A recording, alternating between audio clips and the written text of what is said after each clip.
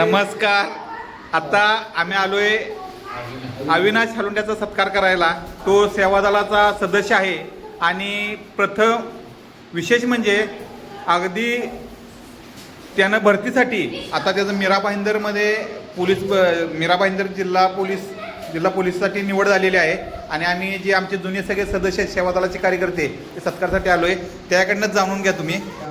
10 वर्षाच्या अगदी कठीण प्रयत्नातून त्याची निवड झालेली आहे मीरा भाईंदर पोलीसमध्ये. आता त्याच्याकडनं जाणून घेऊया. आणि तू नवीन भरती होणाऱ्या मुलांसाठी काय प्रेरणादायी एखादं हे सांग की तुला आलेला अनुभव.